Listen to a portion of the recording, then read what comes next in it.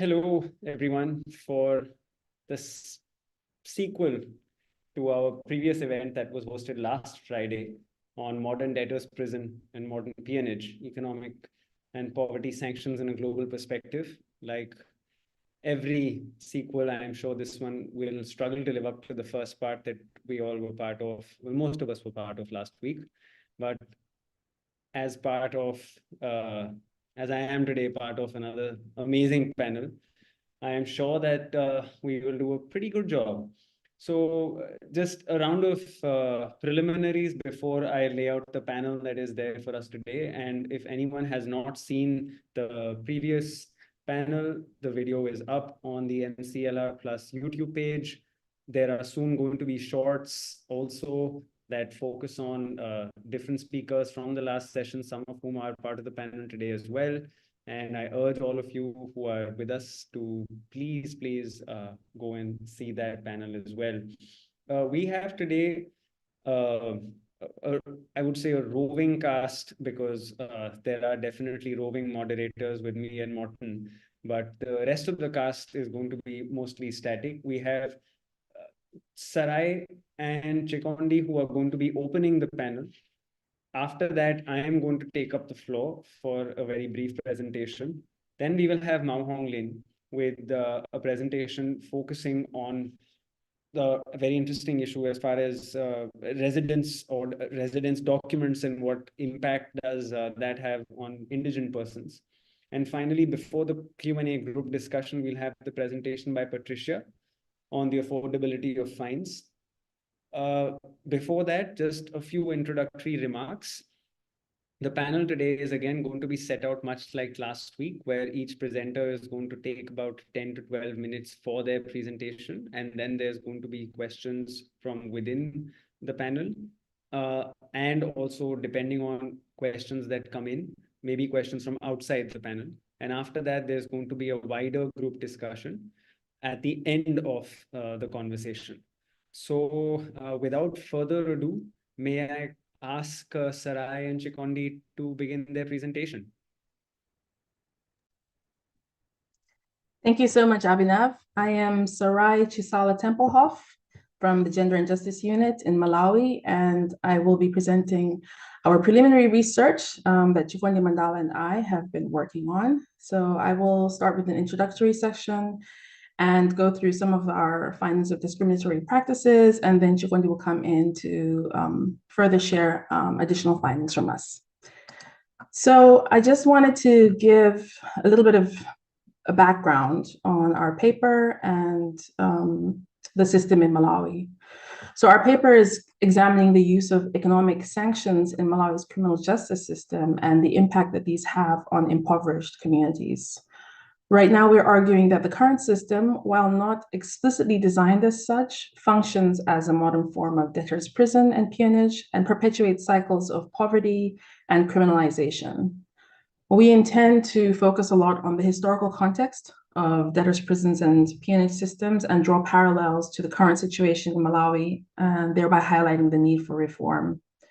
A little bit about Malawi. Malawi is a landlocked country in southern Eastern Africa and faces significant economic challenges. We have a population of over 20 million and inflation of over 33.7% and a GDP per capita of around 672 US dollars. Malawi has one of the highest poverty rates in the world, exceeding over 70% of the population. And the United Nations Human Development Index classifies Malawi as a low human development country with a rank of 172 out of 193 countries. We think it was important to base our study in this economic reality because these realities profoundly shape the experiences of individuals within our criminal justice system. In terms of the legal context, Malawi's legal system is based on the English common law and modified by customary law. The only courts in Malawi that have the authority to interpret constitutional rights are the Supreme Court of Appeal and the High Court, which serves as the country's court of record. The Supreme Court is the highest court of appeals and is presided over by the Chief Justice. Below it, the High Court has unrestricted original jurisdiction in civil and criminal cases, hearing appeals from the lower courts, including magistrates' courts and the industrial relations courts. The magistrates' courts, however, handle the bulk of cases. In the high court, legal representation is required, and where the provision of legal aid is available, someone has access to legal aid. However, our legal aid system is deeply overwhelmed. And while most people recognize the independence of the judiciary, particularly when it comes to the higher courts, judicial autonomy may be compromised by the lack of transparency in the judge appointment process and the judiciary's inadequate funding. And to compound this, there's a shortage of legal professionals, which forces some defendants to represent themselves due to a very, very low lawyer to population ratio. Now, in conducting our research, we had significant challenges that we face because Malawi as a country lacks a comprehensive, up-to-date, and easily accessible online legal database, and this makes obtaining recent and unreported judgments extremely difficult. Many court decisions, particularly those from the lower courts where you see the majority of cases, remain unpublished and are only available through physical visits to the court registries. There's oftentimes a considerable delay in reporting cases, which can also impede timely analysis of legal developments. However, despite these limitations, we found and selected several cases that provide valuable insights into the application of economic sanctions in Malawi's criminal justice system. And we feel that these cases highlight the critical areas of concern regarding human rights and due process. Now, our analysis of the law and the court records reveals that economic sanctions in Malawi primarily take three forms. Firstly, the form of fines that are imposed for many offenses, from minor infractions to more serious crimes. They also come in the form of court fees, which are charged for various court processes, including filing and administrative costs of the court. And then lastly, they come in the form of restitution, where someone is ordered to compensate the victims of their crimes. Now, there is an impact, of course, on low-income offenders, one being the inability to pay. So one requirement for imposing a fine under the criminal law in Malawi is that the court must assess a defendant's ability to pay before imposing a fine. In a 2007 case, R versus Namputo, our high court critically examined sentencing practices, particularly regarding fines and defendants' financial circumstances. In that case, Isaac Namputo appealed a lower court sentence of a 100,000 kwacha fine or 12 months imprisonment for unlawful trophy possession. And he claimed that it was excessive. The High Court reviewed, and this review revealed significant issues. So first of all, the maximum fine was imposed without explanation, despite Namputo being a first-time offender who pleaded guilty. Secondly, the court, this is more crucially, the court needed to have assessed Namputo's ability to pay the fine. The High Court judge, Justice Nyirenda, emphasized that this omission made the fine arbitrary, stressing that economic sanctions must be tailored to the offender's circumstances, including their capacity to pay. And so the original sentence was set aside, and the judge personally examined the appellant to determine the appropriate fine based upon his needs. We believe this case is pivotal in Malawian jurisprudence because it highlights the problematic tendency to apply maximum penalties arbitrarily and the failure to consider mitigating factors. It underscores the critical importance of assessing a defendant's financial capacity before imposing fines, and provides an opportunity for us to advocate for a more nuanced approach to economic sanctions that considers individual circumstances and ability to pay. Our research also uncovered disturbing evidence of discriminatory practices within the system. Foreign nationals and other marginalized groups appear to face additional barriers in the criminal justice system, particularly concerning economic sanctions and bail. This unequal treatment before the law violates fundamental principles of justice and reinforces existing social and economic disparities. So another case, which is that of Stella Mwanza and 12 others versus the Republic, a 2008 case. The Malawi's High Court addressed the conviction of 13 young women for being rogues and vagabonds, language that comes up a lot and is very, very, is part of the petty crimes that are associated with economic sanctions. These women were arrested during a police cleanup exercise, and they were fined 2,000 kwacha each or faced 2 months imprisonment with hard labor. When the case came before the High Court for review, Justice Nyirenda found that the convictions were fundamentally flawed, emphasizing firstly that the law should not criminalize poverty and homelessness in a free society. And secondly, that the state's responsibility is to provide shelter and support, not to condemn those lacking needs. And finally, that poverty, homelessness, and unemployment should not lead to imprisonment. Justice Nyirenda criticized the sentencing as being misconceived, highlighting the contradiction in finding individuals as having no means of subsistence. This underscores the discriminatory nature of such financial sanctions against the poor. The judge cited previous cases expressing concern about the potential misuse of rogue and vagabond charges to oppress needy persons who are not criminals. By quashing all of their convictions and ordering refunds of the fines that had been paid, the judgment significantly rebukes the application of vagrancy laws in Malawi, highlighting their potential to target and to criminalize the poor and the vulnerable unfairly. I'm going to hand over to Chikondi while we still have some time to take us through some of our additional findings before opening the floor up for discussion.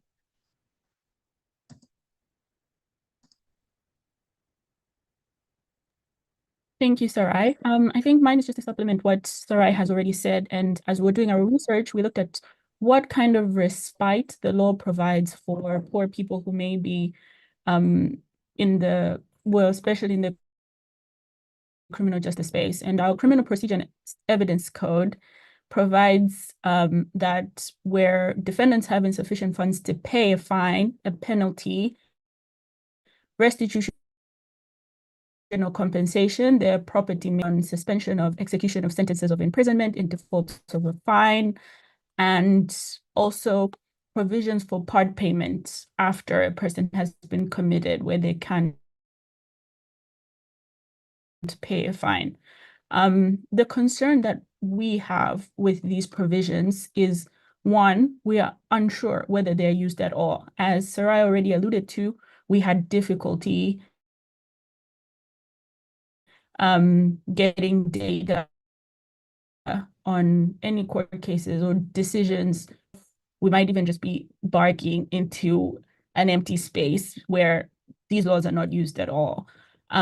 But our second concern is that these could easily be weaponized against poor people and take away their means of subsistence.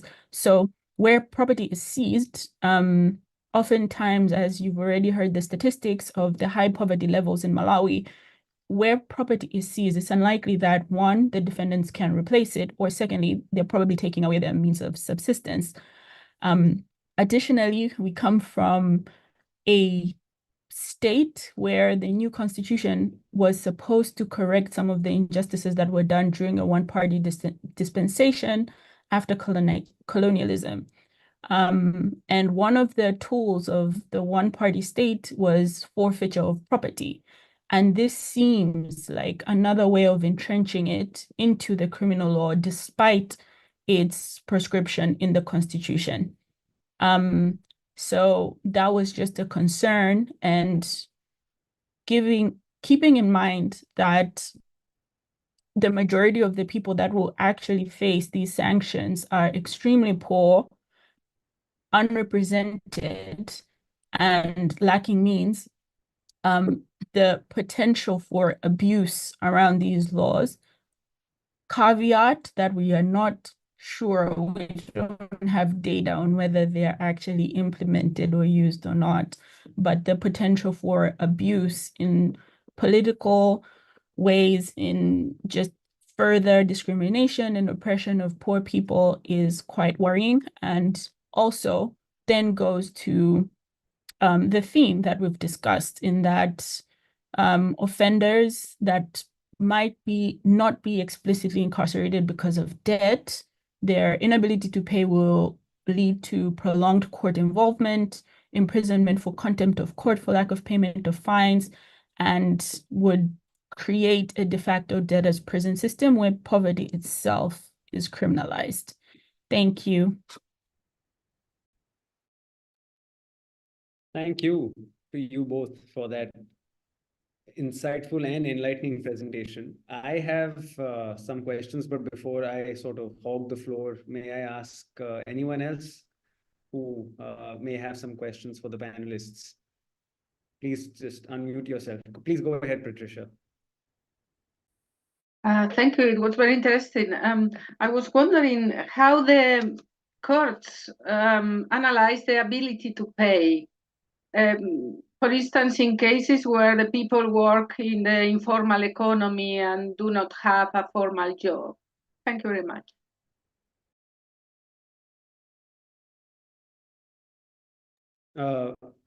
Before you answer that, can you also take the question from Mao-hong, please? Yeah, Okay. go ahead, Mao-hong. Okay, thank you so much. If I don't get your system wrong, that you say the court will impose economic sanctions before imposing an economic sanction, your court will assess their capacity, right? So I want to know how the court will assess their capacity to pay the fine, and if the defendant fails to pay the fine, will the court enforce, or the court will put them into prison? I'll just jump in to add my question as well, which was, I was just left a little unclear as to your research. Is it focusing on cases where the implementation of laws is what you are considering? Or are there also legal actions that have been brought challenging the statutes themselves? So I'm just imagining, let's say, like a vagrancy statute getting challenged, like it was in the US Supreme Court in Papa Christou and some other jurisdictions. So has there been any legal action of that nature that is challenging the criminalization of poverty per se through these statutes? Or are cases largely focusing on how these laws are being used by various local authorities in rounding up people who seem to be criminal or seem to be of classes that they don't want basically on the streets? Thank you. Yeah, thank you for those questions. I'm going to start off, and then I will also hand over to Chikondi to take some of those. But Chikondi will particularly deal with the question relating to how do the courts analyze the ability to pay.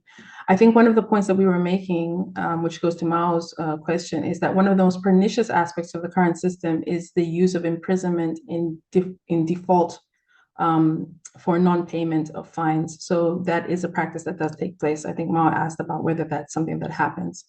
In terms of analyzing the ability to pay, there is no set system, but Chikondi, who actually sits on the court, she's a judicial officer, can talk a little bit about how other assessments are carried out, and we can perhaps draw lessons from that to assume as to how these cases would be handled. But the reality is that there is a big lacuna in the law, and that is where the challenge is. It means that every court official can handle this in terms of their own thinking and their own approach to it, which obviously it leaves everything open to really for more vulnerable people who are unrepresented to experience very, very different outcomes in the court system. Abhinav, just going quickly to your question, we were looking at this as broadly as possible at this stage. It's something that hasn't really been looked at with any depth in Malawi. And so at this stage, we were just open to let's look at what there is out there and what we can find. There have been challenges to the statutes, particularly on rogue and vagabond, although that's not the only kind of statute where we see economic sanctions coming out. The focus on that challenge was very much because of the way that those rogue and vagabond provisions were being weaponized against sex workers and children who are living on the streets. And this was, so you would have these huge police raids where they round up undesirables and they would charge them using these rogue and vagabond provisions. And so there have been successful challenges to that, but we have not seen that translate into law reform. And I think one of the main things we've also seen is that for much of our criminal procedure law, very, very little reform or revision has happened. And so we have in the letter of the law provisions that existed and that were passed down from colonial times. Those have just been kept on our books. And while some of it appears to be dead law that isn't being used, we can't be sure of that. And whilst it remains on our books, it remains a threat, in our opinion. Chikondi, if you would like to take over in terms of the ability to pay. Thank you.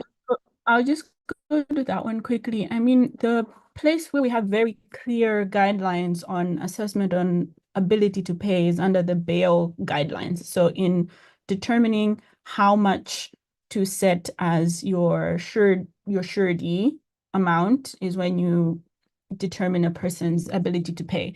But oftentimes the things that are discussed, one, employment would be one.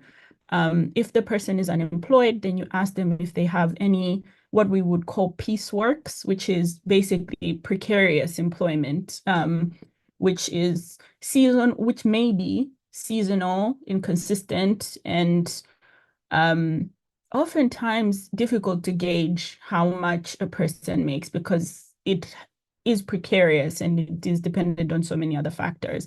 I think another layer that we look into is sometimes we look at spouses and whether the spouse is employed or not, or how much like the family makes collectively, and if they have any form of chattel. So you would look at maybe if they have cattle or if they have a home that they own, livestock or a field on which they farm. So it just really varies depending on the person.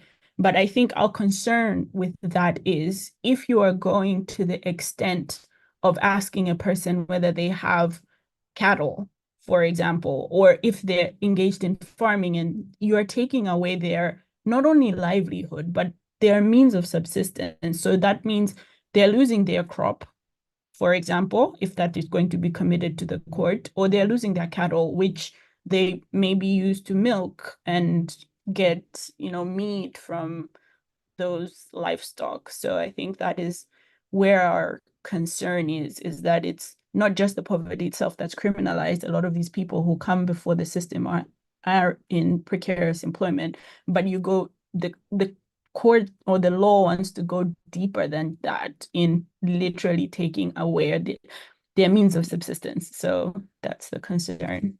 Thank you. Any other questions, or if not, then yeah, Morten, please. Yeah, thank you very much, you two. Very interesting talk. And I think you made a very important point in the beginning that the criminal law system is always situated in a historical and social setting and also an economic setting. So my question would be, how is the interaction between the criminal law and social law broadly conceived in Malawi? So is the state providing any type of existential minimum to the poor? Is there any definition of like a minimum wage or living salary in Malawi, which might help to define this capacity to pay? Yeah, thank you.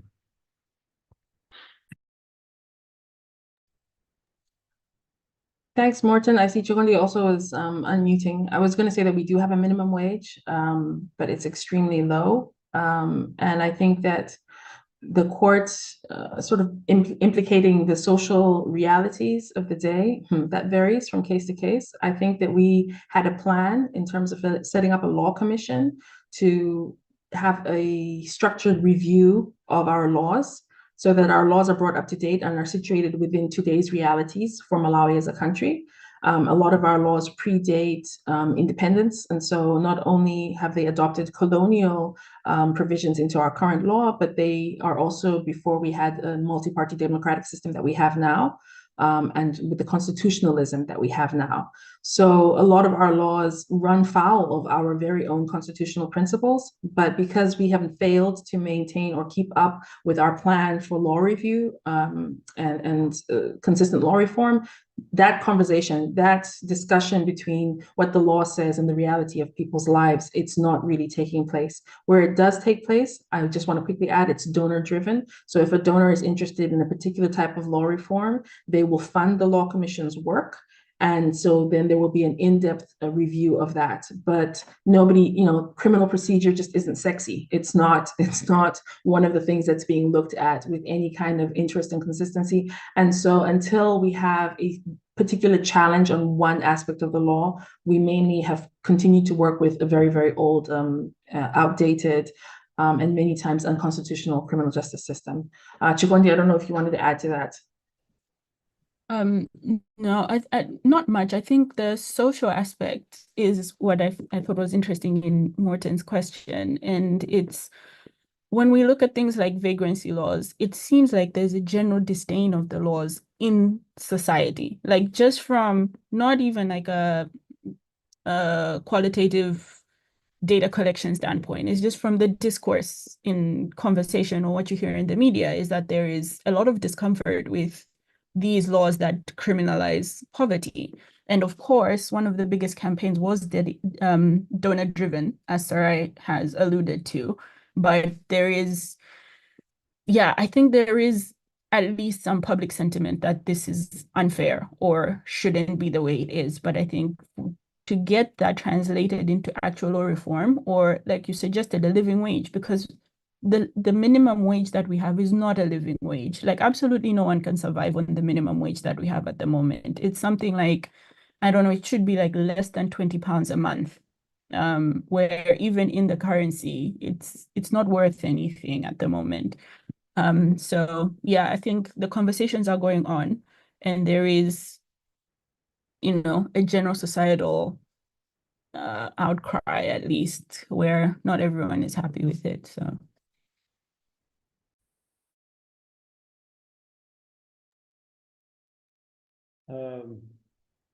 I guess I can take the floor.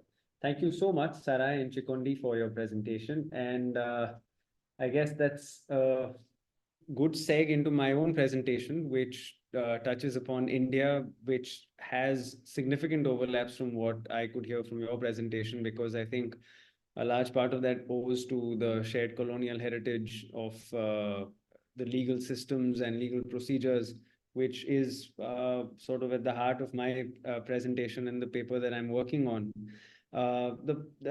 So without further ado, I'll just jump right in. I'll try and be as quick as possible, and also outline the part of the paper that I'm struggling a little bit with, which is where I would be grateful for helpful suggestions in terms of best practices or just practices. They may not be best practices as such from your jurisdictions. So I've tentatively titled the piece, "The New Indian Criminal Codes, a Missed Opportunity to Restore Fairness." I'll come to the newness of the criminal codes in a little bit, but I just wanted to start with anecdote. So I am a legal practitioner. I also do a lot of research on the side. I would definitely say that the legal practitioner part of my work is the primary side of my work. And so this past month, I was dealing with a pro bono case pertaining to a 43-year-old woman with 4 children. Let's just call her T. And T had been in the criminal justice system for 1 year and 6 months as an under trial prisoner. She had been accused of murdering another person in conspiracy with 3 others. And she had lost bail hearings. She had lost her applications for bail 3 times already on grounds that the accusations against her were very serious. So she is an under trial prisoner who has been in prison for more than a year and a half. And that's when the brief came to us. Like I said, it was a pro bono litigation, and we were lucky enough that we got a very sympathetic hearing and we managed to get her bail, which is excellent. But this is where the problems began again, because the judge prescribed a bail condition that will be very familiar to Sarai and Chikondi, which is that T needed to get sureties to support her bail, not 1 but 2 local sureties, and for an amount of 25,000 Indian rupees, which is not that huge a figure if you were to just approximate it to the GDP, but it is a huge sum because of the amount of economic disparity that's there. And please recall that this is not 1 but 2 sureties that she was required to get. Now, at this point, I asked myself, who is T and what does she do? So T was not really holding a job. She was a housewife. The person that she was accused to have killed was her husband and the main caregiver for the family. The accusations were that he was beating her black and blue, and she was practically running away from him. And her 4 children consisted of 2 who had tuberculosis, and they were being treated on state pay to whatever extent possible. And all of these facts were there with the judge, but ultimately this is still not that high a bail amount. And so this was something that took a lot of effort for us to get so far. But then afterwards, it's not that she got bail and she came out. It took us 4 days. It took the family, actually. I shouldn't say us, because normally that's where there's a great separation between the role that lawyers perform in India and what they don't do. So the lawyers don't usually get involved in finding sureties. and sureties aren't professional bondsmen. They are usually supposed to be family members. In fact, they're supposed to be people who have not stood bail or have given bail for anyone before in the system. And legal provisions prohibit persons from repeatedly giving bail or standing surety uh, within the Indian criminal process. So we had to find someone who would attest to her general condition. They would be financially solvent themselves, and they would be willing to front up some sort of financial instrument or property document that would say that if T does not come to court or she runs away, then they are willing to go down 25,000 rupees. The family, after a lot of effort, found two people to do so. One was her own daughter, and one was her fiance, who had to take personal loans from I don't know whom, because they refused to tell me this even after I asked. It took 3 more days for this to get verified. And so after getting bail, it took 1 week for T to finally walk out of prison. Now, T's story is what I wanted to focus on in my paper, because it shows you just the, according to me at least, the most serious problem within the Indian criminal process, which is under trial incarceration. The Indian criminal process at a national average has more than 70% prisoners as under trials. And in some parts, such as the national capital of Delhi, that figure is above 90%. So 90% of the total prisoner population at the end of each year consists only of people who are yet to be convicted of a crime. Within this, the data is not as nuanced to give us explanations as to how long are they in prison, but there are broad categories where there are divisions between people who have stayed in prison for up to a month, up to 3 months, up to a year, and then up to 5 years and 10 years. The vast majority of people, as per the national government collected data, are people who are in prison for up to a year or up to a month, I beg your pardon, or up to 3 months for not while they are under trial prisoners.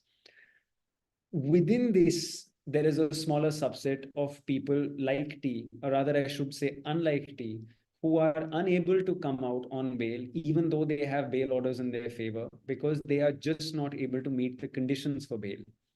And these conditions are primarily in the form of asking someone to stand surety, or yourself, the person accused, being asked to front up some sort of financial solvency or financial amount to give a guarantee to the court that this person will not flee from the course of justice.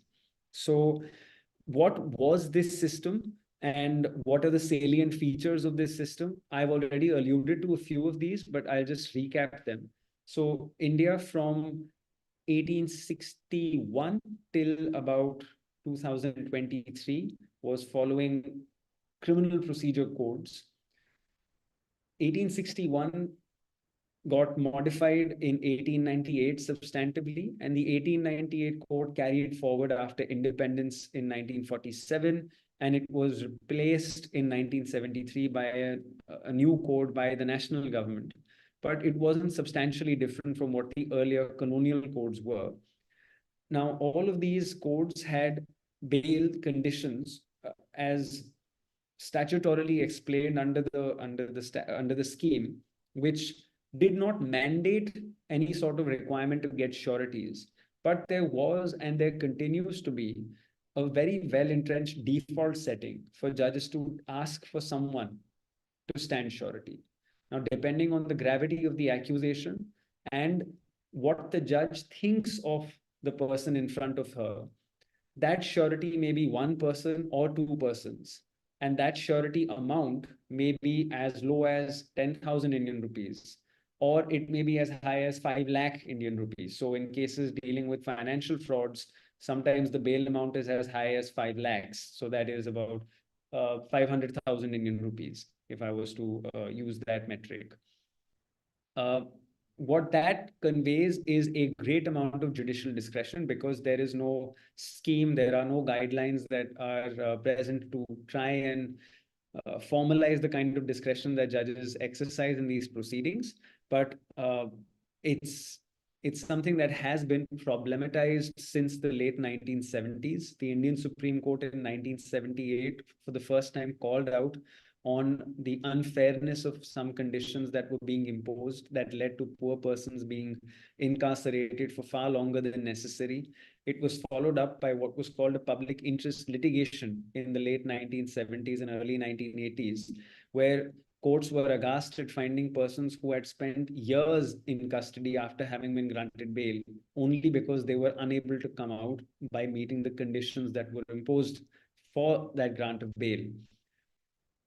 Thereafter, the reform in the law in 2005 led to a statutory amendment that allowed judges to presume a person is indigent if for a period of time a person is just not able to meet the bail conditions and is unable to come out on bail. And that amendment in 2005 provided a time period, and I'll just read that aloud.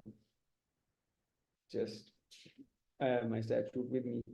So that presumption that got activated was a week's time within the date of the arrest, but without specifying that presumption has to always be drawn. And if that presumption is not drawn, and if the person is not released, then what happens? So even in 2005, there was a lack of legislative clarity. This followed a series of public interest litigations across various high courts in the country, where again, after 1978, you had different courts complaining about the same thing, that there are too many persons who are just not able to stand the bail conditions that courts are imposing. This led to a fresh round of litigation at the Supreme Court, which came up with the idea that there should be committees that are monitoring the implementation of bail. And if people are just not able to do so, there have to be state assistance measures that are crafted at various levels to allow for people to come out on bail. I'll come to the state assistance measures in a little bit, but this has led to popularizing this problem to the extent where in some cities there were radio programs where radio jockeys were running public funds, asking people to pitch in small amounts to try and meet someone's bail conditions for them to come out. But after a certain point of time, even this stopped. So what that allows me to do is to frame this problem statement again, where we have a legal system that has a diagnosed problem, which is at its peak as per whatever available data is there. A problem which, from whatever data is available, which goes back till the early 1970s, shows that under trial prisoners have always been more than 60% and have now achieved a national high of 73% of the entire prisoner population. You have the ability to reform the statutory scheme in 2005, which again did not achieve the desired results, because from 2005, 19 years hence, there has been only an increase and not a decrease in both the total under trial prisoner population, as well as the documented instances of persons unable to meet bail. And therefore, we have a situation where for any legislator, there cannot be a more clearly defined problem. Which then brings me to the new codes, which is what I have put in the title itself. Now, what are these new codes, and what is this seismic development that happened in India over the last year? So much like other colonies, India was being governed by, I would say, colonial codes with a great tinge of, circumspection around what that label contains. And there's been a lot of debate in India at this point of time as to the colonial nature of these laws and their contents, and the entire exercise of now decolonizing the criminal process. So the national government took this upon itself, that we want to decolonize the laws and we want to rid the Indian public, I'm just looking at the announcements on the side, of the shackles of colonialism, where the laws were designed to be penal in nature and not rehabilitative. And what the government did was it replaced the three colonial era laws, one of which, as I mentioned in passing, had already been replaced after independence, but it still was too colonial for the government. to not warrant it to be an independence era law. So the three foundational laws of the Indian criminal process were replaced with new indigenous decolonized laws. And lo and behold, the one big problem that was staring everyone in the face was left completely unaddressed. There was absolutely no change of any significance insofar as the bail regime was concerned.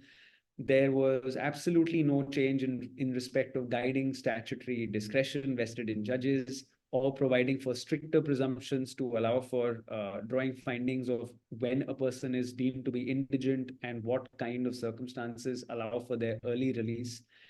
And there was no exploration of alternate conditions apart from person standing surety to be able to meet the idea or the guarantee that a court requires for a person to be allowed to be released on bail.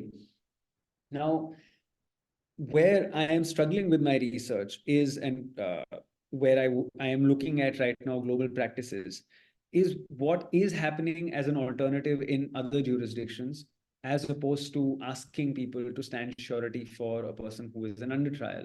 So you have jurisdictions where there are professional bondsmen.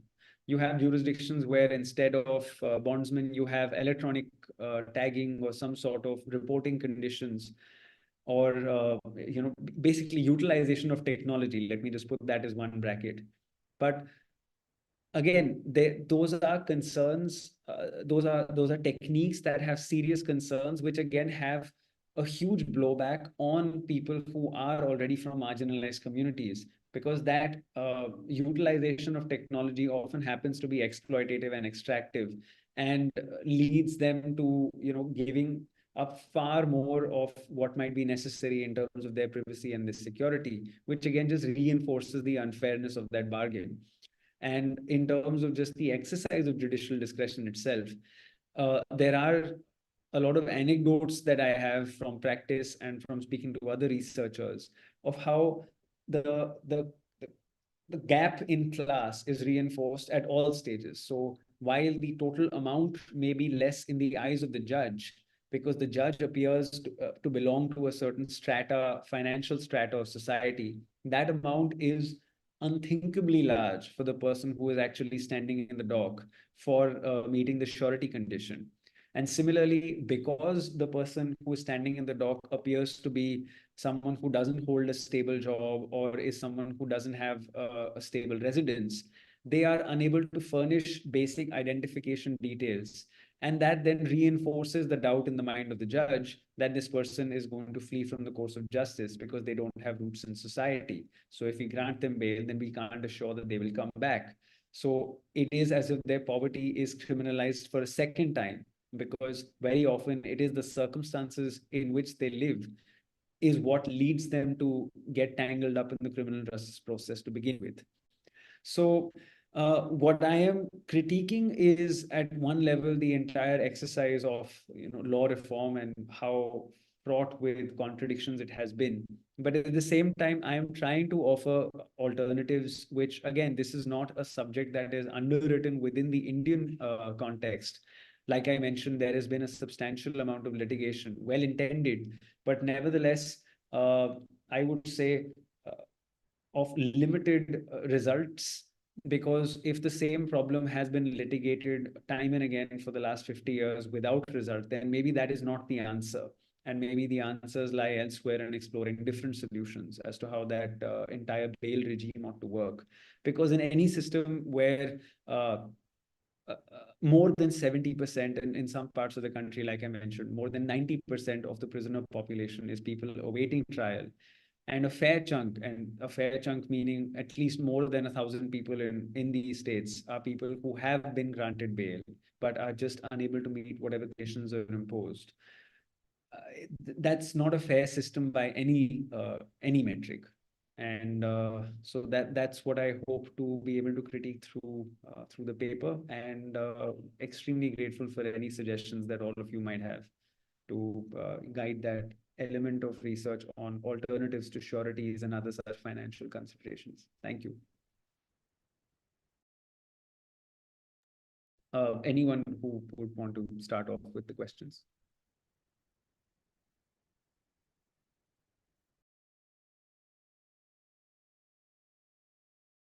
Please, Patricia. Thank you very much. It was very interesting. I was wondering if have you already thought which alternatives could you use for granting bail without a monetary, quantity? I mean, it's not easy if it's difficult to identify the people also, you know. Thank you. So they tried recognizance, and so recognizance basically being that you just ask the person to fill up a bond, and on their bond of or sort of their promise that we will come to court, but it's never exercised. It's exercised so infrequently that judicial orders, like I mentioned, so some of the public interest litigation mandated for courts to check where all persons have not been released on bail and to release them on nothing but a bond promising their appearance on every date. But it just does not happen, and often persons will not be able to make it to court because some of these daily wage earners will just be unable to leave work to be able to come for a court hearing, and that will then open them up for rearrest and then demanding security from them because their personal bond is then deemed to be insufficient. So recognizance hasn't worked. Technology, I would say, hasn't been explored as much yet, because although I think that may be where the conversation goes in India, which is exploring with a lot of mass identification and tracking measures, generally using a national identification database that it created in 2010, which has more than 1 billion people that it has identified. So that may be something that gets leveraged in the near future, but it's nowhere in the picture so far.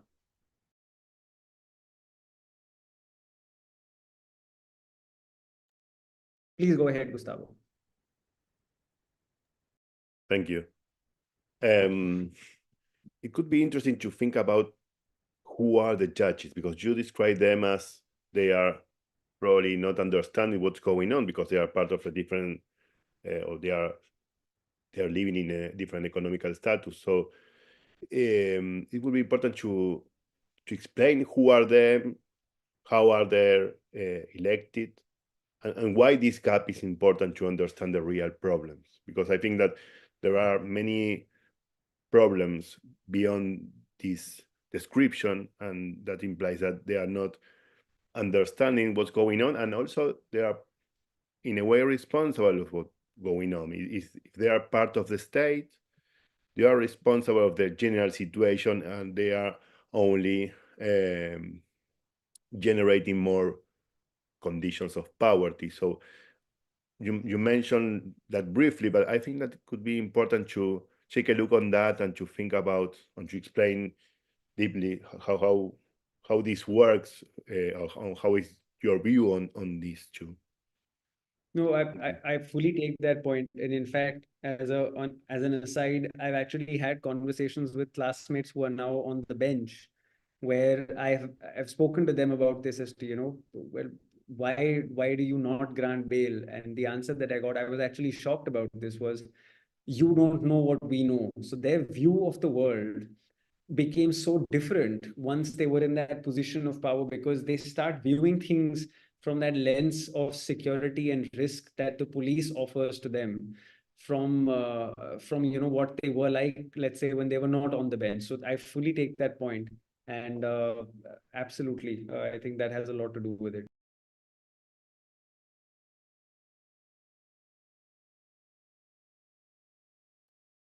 Yes, Patricia.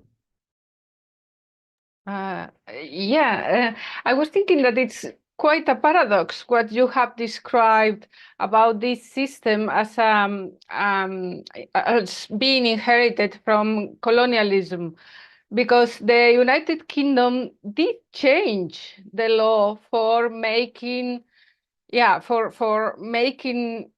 these financial sanctions or financial requisites affordable for low-income offenders. But I think they did it after the Indians' independence.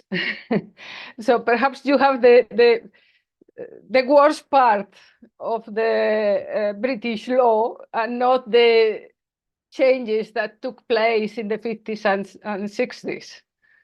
It was only an observation. Thank you. No. On a lighter note, I was speaking to some practicing lawyers there and joking as to how their case delays are now matching ours, where cases in Britain are also getting delayed by a year, and that's pretty much how bad it is in India as well. But I take your point, and that's something that I've put out already in the research. There are a lot of judgments in India where they look at the UK, and especially what you're saying, that the UK law on bail has been reformed, where they have a bail act which guides not only conditions but also judicial discretion on the grant of bail. And that's something that India has not adopted. So there are specific observations by Supreme Court judges saying we need a similar law. And that has been unheeded in even the most recent round of reforms. So that is definitely part of my critique as well. Thank you. Sarai, yes, you have your hand up. Yeah, thank you. I don't know that I'm going to be very helpful. I think a lot of what I have to say is really like there was a lot of nodding from my side because so much of what you're saying, it just sounds like you're talking about home.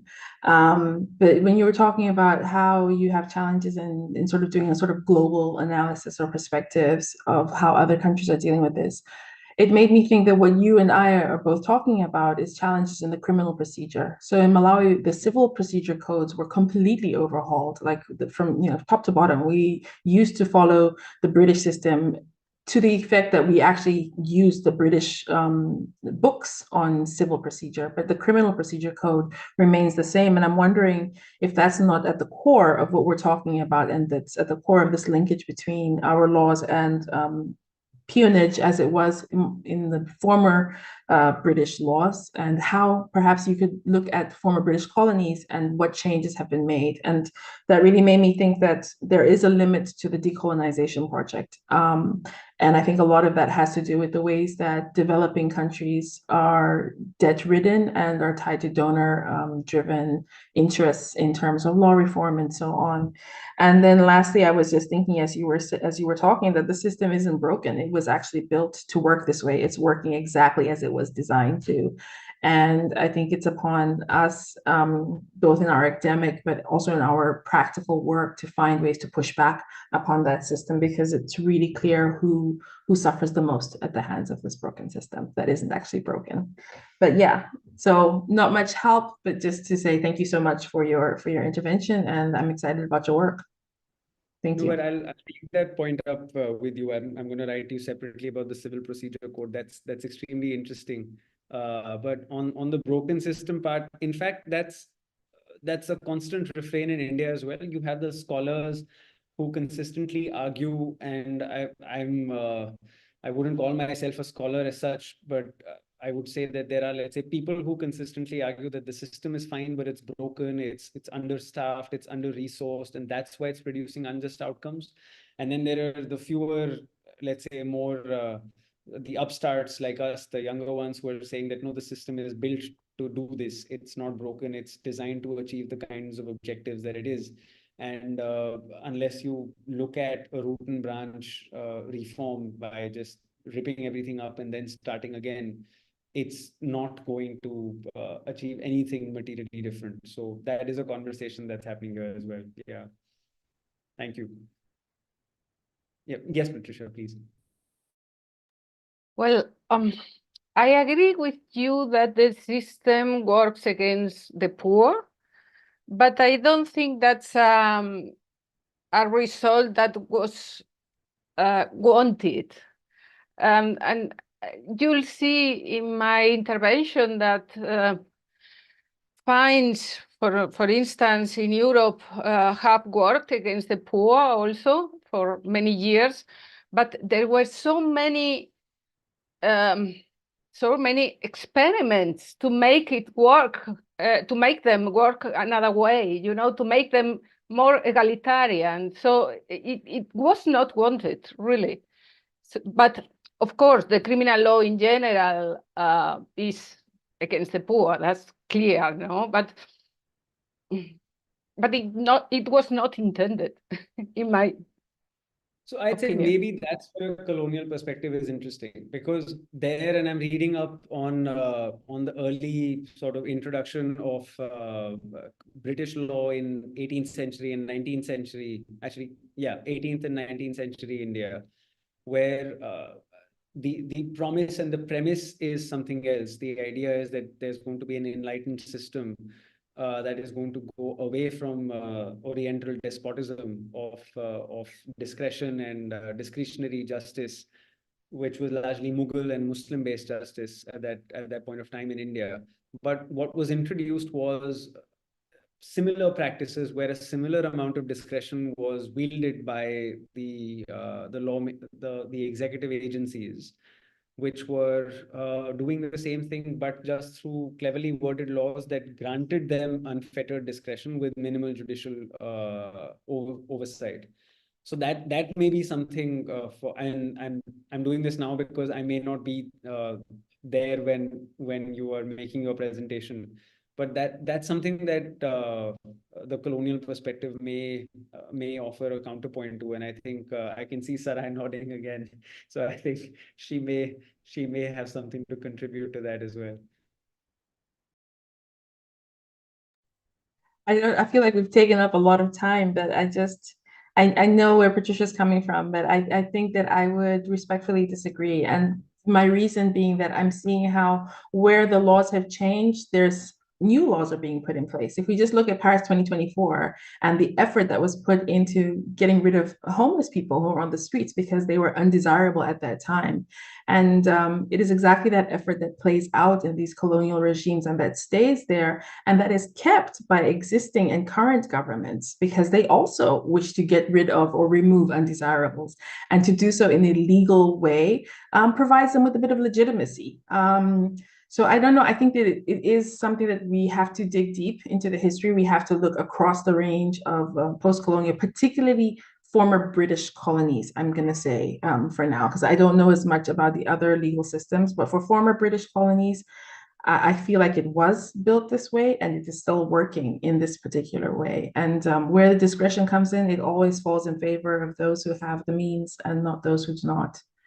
So is it a design? Is it a flaw? It is a reality. I think that's what I would say. That's what I would end with. Thank you. I think that's a really powerful statement, that it may not be a design or a flaw, but it is the reality that we are experiencing in those systems. Thank you so much for your helpful feedback. And with that, I'm going to hand over moderating duties to Morten, who has very gracefully accepted to help out today because I'm in some difficulty and I may not be able to join for the presentations that follow. But Morten, over to you. Thank you, Abhinav, and thank you for moderating. And your excellent talk was really fascinating. Yeah, we can now move on to Mao-hong Lin, who is a professor at the Graduate School of Criminology at National Taipei University in Taiwan, and he will tell something about location, relocation, and dislocation, sanctioning the poor through service in Taiwan's criminal legal system. Go ahead. Okay, thank you so much. I have a tentative table of contents I can share with you. So, okay, the topic of my presentation is the location, relocation, and dislocation. And in this article, I try to argue that in Taiwan, not only the traditional punishment like fine, like other economic sanction, but also the process itself can be a type of economic sanction, especially on those people who are poor. And this work is still in progress. So any comments or suggestions are much welcome, and I will be very appreciated. Okay, so I'll start from okay. So in Taiwan, we have a household registration system. That means when you were born, since your birth, you have to register a lot of your personal information with the government, that including your name and your birth date, and your gender, your sex, and your family members, and of course your residence. Usually you live with your family when you are born. So, and when you grow up and your marital status, and if you are male in Taiwan, gentlemen in Taiwan, you have to serve in the military for 1 year. So your military status, and if you have children, you have to register with the government. So throughout your entire life, you have to register a lot of your personal information with the government. And in this article, we focus upon the location. I mean, the residence, the registered residence. In this system, the registered residence or registered place is presumed to be your permanent residence. So if you want to change, you have to update with the government. You have to actively and voluntarily to update with the government. If you don't update, the correspondence between you and the government will gonna be served, such as I was born in the south, in a city in southern Taiwan, but when I grew up, I pursue my undergraduate degree in Taipei, so I moved to the north, but I didn't update my residence, my registered residence. So all the correspondence between me and the government will be sent to my original residence in the southern part, in the southern city in Taiwan. So it's okay, but it's fine for me because I have family members in my original residence, so it's okay. They will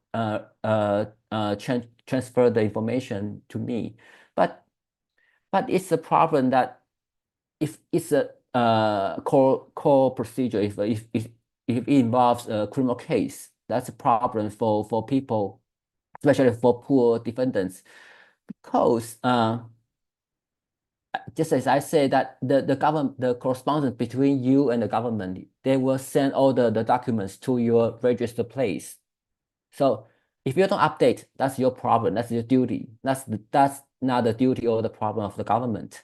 So it's the same for the court and for the prosecutors. So if there is a criminal case with you, and if you don't update your residence with the government, all the documents from the court, from prosecutors, like the summons, like the writ and the ruling, the judgment, and anything else, all the documents will be sent to the original, the registered place, not the place where you are living now. So maybe you rent a house outside, you in different cities. That's your problem. Okay, so just like maybe you were born in California, but you moved to New York. It's your problem if you don't update the information with the government. So in Taiwan, the court, the prosecutors, they will mail all the documents to the registered place of the government, the defendant. And one of the problem about the service is that in Taiwan, the service process, we focus on the location, not the person. That means, what is a successful service? That means if you have sent a document to the place, and it's a successful service, not to the person. They don't care about who accept the document. You just care about the document has been served at a place, at a registered place. So in Taiwan, the service process, we focus on the place, not the person. So it's a problem. It's not a problem for most people, because even you don't live in your registered place, are your family members. And if you update your residence, like you rent a house outside and you update your residence, and maybe you have a concierge, you have a security guard, you have friends can help you to receive such documents.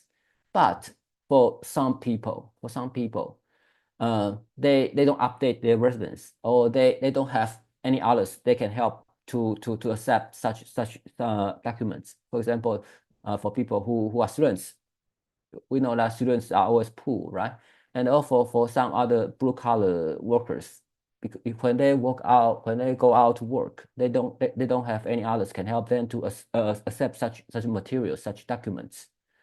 And also especially for those homeless people, they don't even have a permanent residence. But in the record of the government, they have the original when they were born, they have a registered place. So even the defendant right now is homeless, they don't care because you have an original residence, registered residence in the government. So they will send the documents to the registered place. Even right now you are homeless, or even right now you don't live in the registered place. They don't care unless you update with the court, update with the prosecutors that okay, I don't live here right now. I move to another place. So that will become a problem for people who are poor and who don't update or the registered place, or they don't even right now don't have a permanent place to live. That's a problem. So just as I show here that there are about 30% of Taiwan population, they don't live in a registered place. And the majority of them are students because they move to other cities for school. And a part of them are blue collar workers, and some of them are homeless. But if those people who are involved in the criminal case and the police officers and the prosecutors and even the court, they will send the documents to the registered place, not where they live right now. Like maybe students, they may live in a dorm. The court will not send the document to a dorm, and they don't care whether the students actually receive such documents. They don't care. They just want to make sure that okay, the documents has been served to the place they registered. Okay, so the service is not a problem for people who are in the middle class like me, or people who are rich, but it's a problem for people who are not so rich or poor or homeless. Okay, so for people who, if those people they don't receive, they miss such documents, there are some better facts on them. Of course, the first is arrest, because you don't receive such like summons, like writ. It means that for courts or for prosecutors, that means you disrespect them.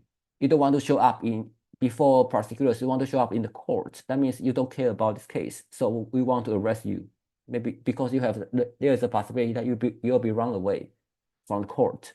So they will arrest you, and then you'll be wanted, because there is a high possibility that you will be run away from the court. So you'll be wanted, and then if you got arrested, and you don't have a registered place, and you don't have a permanent residence, that means you might flee away maybe later. So you'll be put in detention to secure you will show up later in court or before prosecutors. And eventually, because for such people like students, like blue collar workers, or like the homeless people, the most of the crimes they will be involved, usually some misdemeanors or some petty or minor crimes. So for such misdemeanors or petty crimes, in Taiwan we have summary procedures for such petty crimes. That means it's a default judgment. That means the defendant, they don't have to show up in court. The judge still can deliver a decision on this case. So that means for such petty crimes like a fraud or like theft, for such crime, if you are defendant, it's possible for you don't receive any documents from the police officer, from prosecutors, or from the court. You can get convicted, and because you don't receive such judgment, so you lose the opportunity to appeal. So the case will be final and binding, and you will be sent to prison, or you'll be fined because you are convicted. And for people who got a fine, and currently you have a rule that if you have a history of being wanted have a history being wanted, then you lose the benefits or the entitlement, that installment payment. That means if you are ordinary defendant and you got convicted, and you can pay such fines installment, but if you have either been wanted and you have such kind of history, then you lose such benefit. So you cannot pay installment fine in installment. So that means either you pay the fine in its full amount right now, or you'll be sent to prison. Just like, okay, just that many others that in Taiwan, we also have the debtors prison. If you don't pay for the fine, you'll be put in prison. Technically, it's not imprisonment, it's a forced labor, but the forced labor is enforced in prison. So I think it's the same for imprisonment. So it's also debtors prison in Taiwan. So for the entire service procedure, I think the problem is that in Taiwan, we focus too much on the place, not the person. So if the service, we focus on person. So if we send the document to the original registered place and we can find the right person, then the court should have sent the document again to the right person in the right place. So, but right now in Taiwan, we don't care about the person, we care about the place. So that have better effect on those people, on those poor people. So I think the process itself, the service process, plus with the register place system, that makes the process itself an additional sanction for those people who are poor or who are homeless.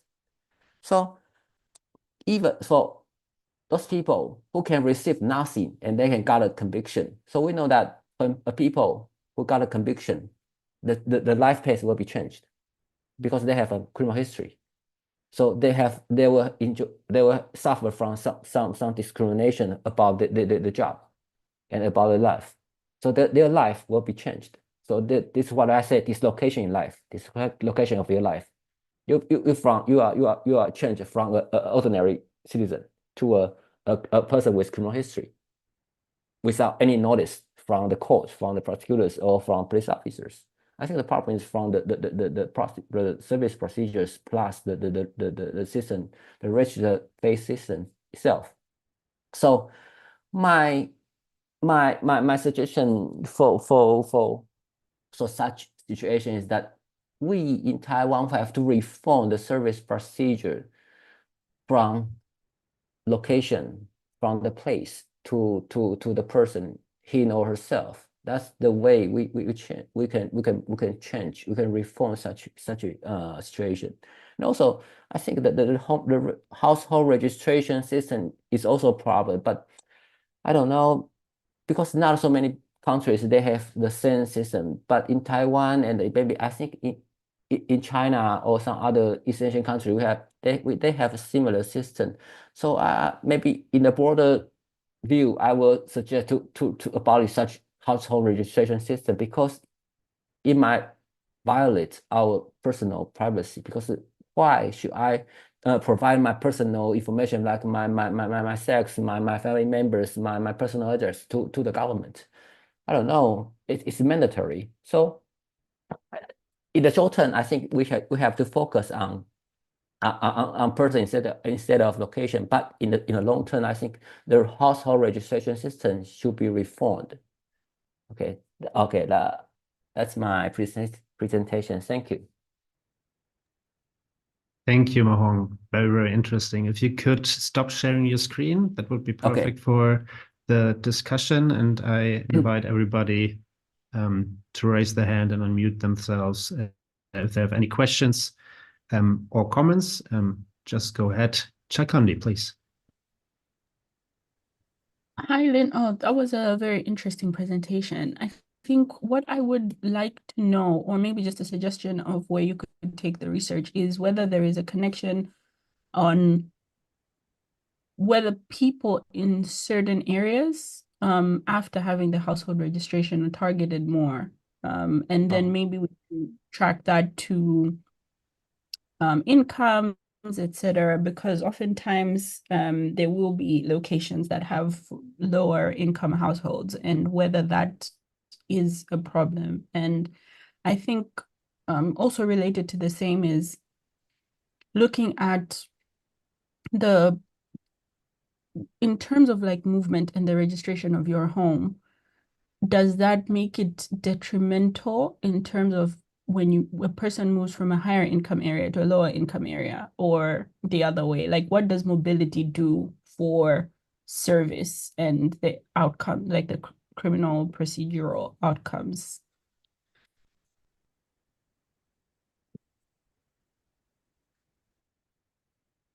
Okay, shall I answer now? Yeah. please Okay, answer. so thank you for your question. That because in Taiwan we don't have a systematic analysis or resource for such about your income, about your area. But I can collect some individual cases about maybe from a journalist or some other people about their experience of being a victim of such institutions. So I have collected some maybe 4 or 5 cases, but it's not systematic. And also about you mentioned about the areas. I mean, because Taiwan is small, Taiwan is very small, so the gap between the urban area and the suburban area is not so deep, but it's also some gap between Taipei, like the metropolitan city in Taiwan, or some other suburban counties or towns in Taiwan in other parts. So that could be an interesting issue for me, that if I can focus on if we like in Taipei, maybe because Taipei is very convenient in Taipei, so the problem from the service system will be not so serious, but it could be so serious in other suburban area. So okay, that's a good idea. Thank you so much. Gustavo, please go ahead. Thank you. Mao, I was still thinking about your conclusion, because your idea to change from persons to places, because you claim that it is strange that the government needs this information about citizens.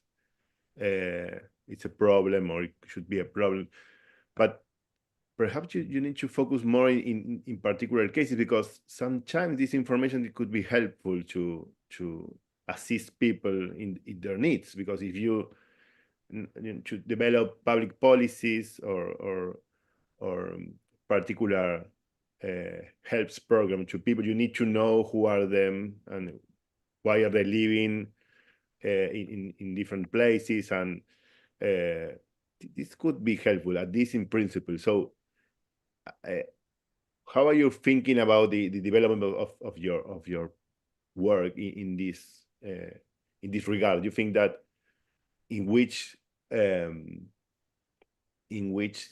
situations it's problematic to have this kind of information about people? Because in general, again, we can agree that it should be important, but in particular situations, it could be a real problem. How are you dealing with these situations in which, well, information could be important, at least, and it's not problematic because it happens everywhere. No, you know that in many other places it is quite the same. Thank you. Okay, thank you for your question. Yes, I mean, I think the household registration system is a problem, because not only its connection with the criminal justice system, but also its connection with other issues. For example, if you want to vote in Taiwan, you have to go back to the register place to vote. So for example, if you right now, for me, right now I live in Taipei, in the north part in Taiwan. But if I want to vote, I have to go back to the south part of Taiwan to vote. So it seems strange that Right now, I live in Taipei, in the north part. I should have the right to vote in Taipei, but no, you have to go back to the registered place. So they don't care about your actual residence. They care about your residence on paper. So you have to go back to your original one. So I think that the current household registration system is too rigid, not flexible, and then not match our practical needs. And also I think your suggestion is correct in some terms, such as social welfare or social care, but it has to be based on you voluntarily share your information with the government. So if you need some social care, some social welfare help assistance, then you can voluntarily to register with the government and share your information about your income, about your residence, about your family members, about your marital status, about your other personal information. That's okay. Then the government will help you if you fulfill the requirements. So in my opinion, it has to be based on personal voluntariness, not mandatory. Because right now in Taiwan, it's mandatory for everyone who was born in Taiwan. You have to register a lot of personal information with the government. Even in the past, you have to register your education. You have to register your current job. We even register with your blood type with the government. But after a decade or 2 decades of our efforts or reform, so we have omitted some such a sensitive personal information, but we still keep to register a lot of personal information with the government. So I think the collection of such information, not just about the privacy violation, but also about what just I said about the criminal legal system, but about the voting system and the other maybe other connection with other systems. So I think maybe in some areas such system is helpful, but it should be based on personal voluntariness. It's my opinion. Thank you. Martin, can I come back for a moment? Please go ahead. No, thank you, Mao. Well, again, I would like to push you in a different direction, because the example that you gave to me is like curious, because it will be important to have kind of administrative order to vote. Well, it's this is the same in different places, as far as I know, in Latin America. We have to vote in the places we are registered. No, I'm from Argentina, now I'm living in Chile, but I have to vote in my new address near Chile, in a particular place near my home now. So for organizational purposes, it would be useful to have this the address system as a valid one to vote. But thinking about a criminal prosecution, also it would be important to have register the people to. I know if you have to start an investigation, the first step that you go through is to know who is this guy or this woman and try to identify her or his address. So if you have the register system, it's really useful to start at least a prosecution. So I don't know. I think that there are some issues that it's important, and also the idea that you mentioned at the end that it should be voluntary. Yeah, it would be a good idea. But if you are the state, you need to address the problem of the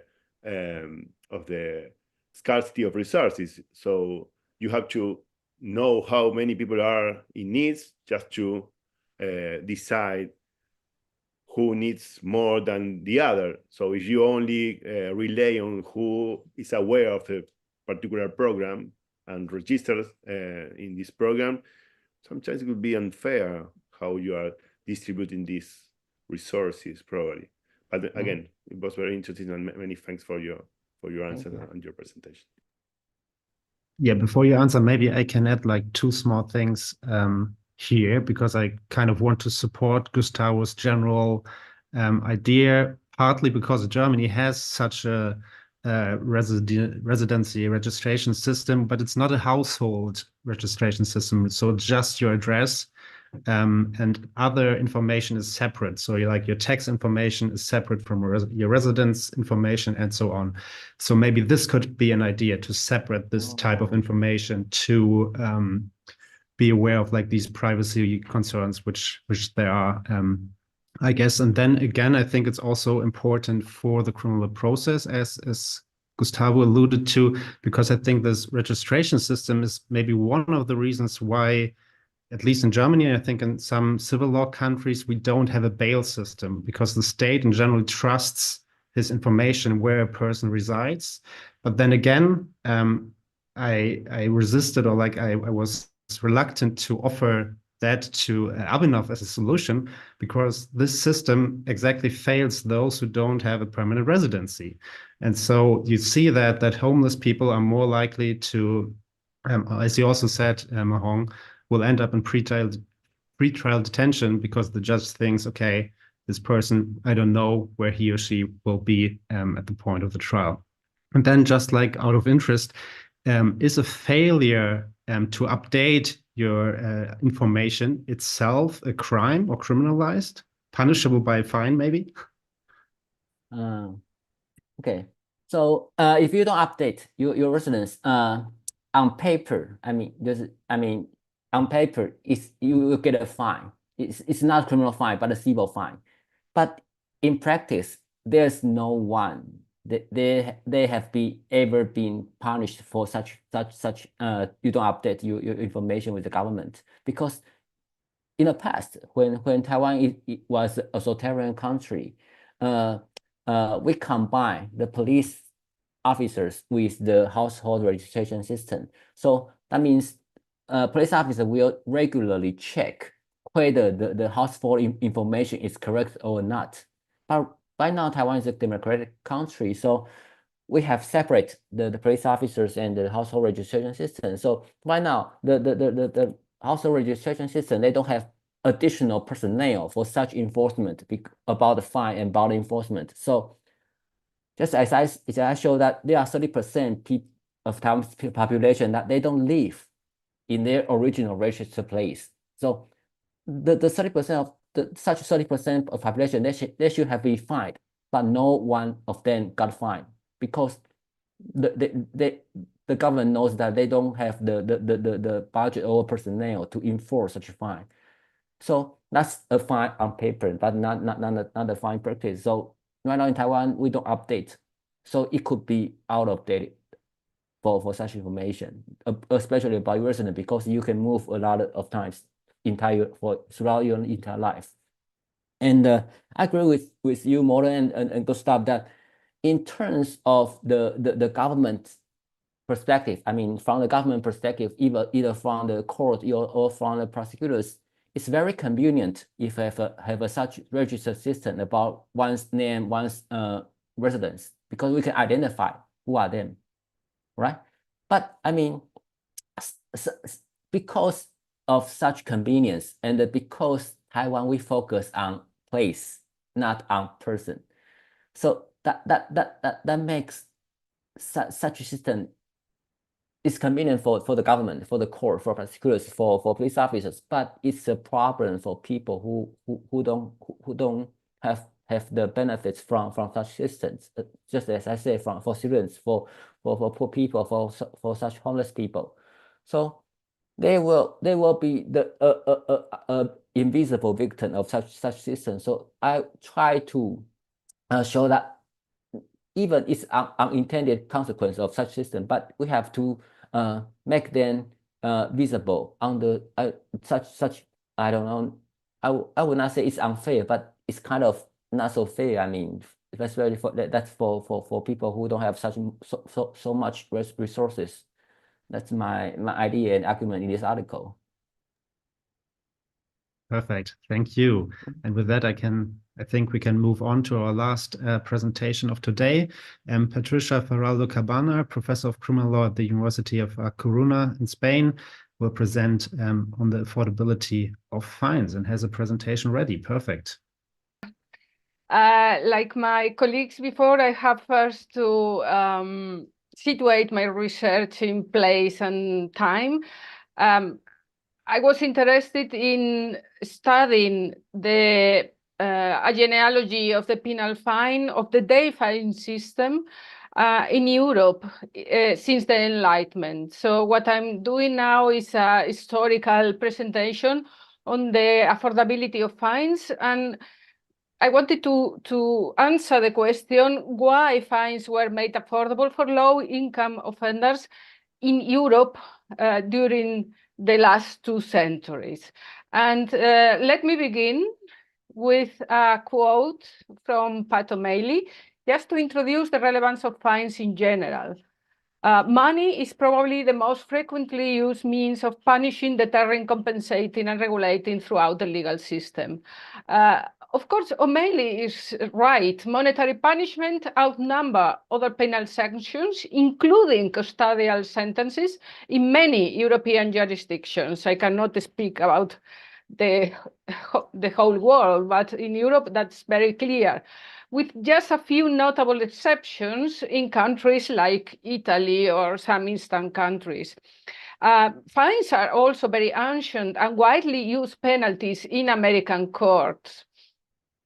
The most important pecuniary punishment is the fine, which I here propose to understand as a sum of money required to be paid to the state by the offender as a penalty for a criminal offense. Although I know there are some discussions in the US regarding the concept of legal financial obligations, for instance, court fees, bail, and so on, but I don't consider these to be fines. Fines have a long and tortuous history. One of the considerations with greater influence on the courts and scholars' attitude towards penal fines has been the legal regulation of the fine in order to make it affordable for persons with low income. The use of imprisonment as a substitute penalty in default of payment, and the problem of prisons being crowded with people who couldn't pay their fines, became central foci in the European criminal justice systems during the 19th century. In the time assigned, I aim to explain the reasons why they became such a focal issue and what was the response given to manage this problem. I will deal, in short, with the ideological and legal basis that made it possible to take into account the means of the offender when calculating the amount of the fine, and in the end, to establish the fine system, a historical development that strongly contributed to the expansion of the fine in the 20th century. Well, until the French Revolution, imprisonment was recognized as having an essentially minor function in many European countries. The first French penal code passed in 1791 laid the groundwork for the large-scale implementation of imprisonment as a punishment, at first accompanied by forced labor throughout the Western world. The justification of imprisonment as a punishment, beyond its traditional function as a precautionary measure, is usually associated with the criticism of the paraphernalia that went with enforcing the death penalty and corporal punishments in the old regime. However, the origin and application of imprisonment as we know it today was not a contribution of the Enlightenment. It is generally not true that the Enlightenment philosophers advocated imprisonment as a more human punishment than corporal and capital punishments used during the old regime. The reformers wanted not to punish less, but to punish better. Why then do we associate the Enlightenment with the more widespread use of imprisonment? Well, the effort made by many Enlightenment thinkers to establish a proportionalist ideology as a means to fight arbitrariness explains the preference for punishments in numbers, such as prison. Imprisonment lent itself extremely well to an exact gradation of the degree of punishment for a particular offense, much better than the death penalty or most corporal punishments. But the same advantages could be attributed to fine. Why was the use of fine as a punishment almost abandoned during this period? I propose that the shift mainly resulted from the acceptance of imprisonment as a more equal punishment than fines. Contributing to this shift was the changing perception of freedom at the end of the 18th century. Freedom was viewed as an unalienable right, equally possessed by every person.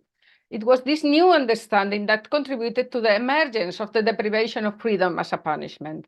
Given that it could be presumed that each individual was in a formally equal position as each other, equality issues didn't arise. In contrast, fines didn't sit well with the formal understanding of the equality principle. Fines are settled in money, a resource unequally distributed among individuals in society. And this fact differs fundamentally from imprisonment.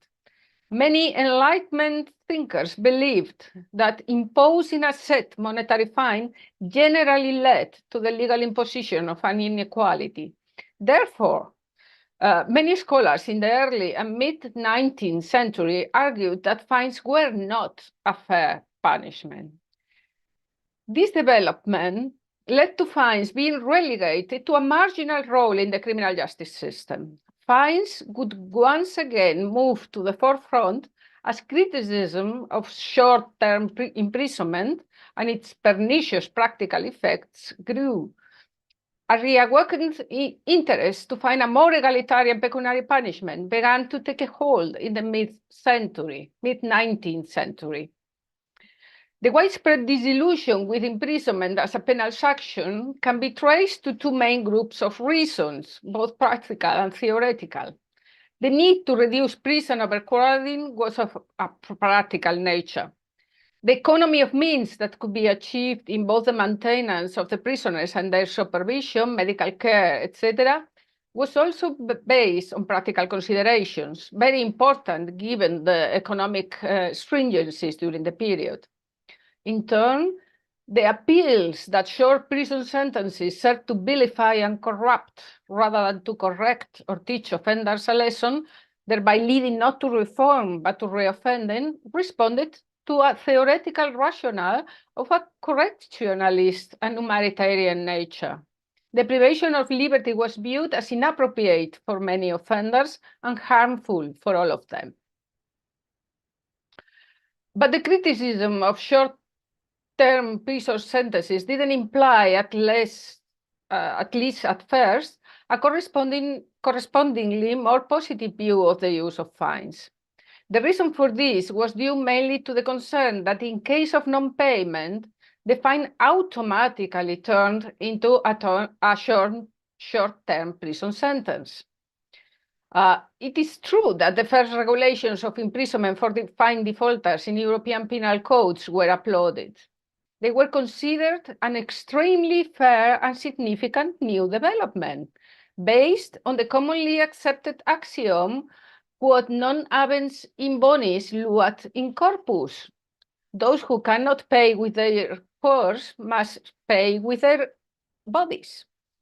But this opinion quickly changed. One of the first arguments used against it had nothing to do with the adverse effects of short-term imprisonment, but rather with the idea that the punishment replacing the fine should maintain to a certain degree an element of pecuniary punishment. Money and freedom were seen as unequal assets, so that prison should be held as a worse evil than a fine. Rather than a deprivation of liberty, it was understood that the fairest substitute penalty for unpaid fines should be work, in which case the balance is no longer between time and money, or freedom and money, but between work and money, an equation which was far more compatible with the capitalist system that was emerging at the time. Working would become a way to avoid imprisonment for the non-payment of fines. But at the end of the 19th century, this argument was considered outdated. The problem with imprisonment for fine default was no longer the nature of the penalty, but the rate of exchange. A rate of exchange had to be found that equated for any given individual a quantity of money with a number of days in prison. But almost all criminal statutes established a rate of exchange highly favorable to people who had assets. To be sure that an offender will pay whatever fine is imposed, he must be threatened with a prison sentence that is more severe than the fine. Because if there is no difference in severity, the offender will be indifferent between the two forms of punishment.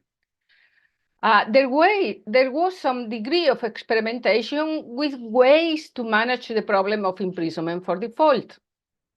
One of the elements introduced early on European regulations to limit it was the establishment of time limits that could not be exceeded in the case of an imposed fine being replaced with a prison sentence.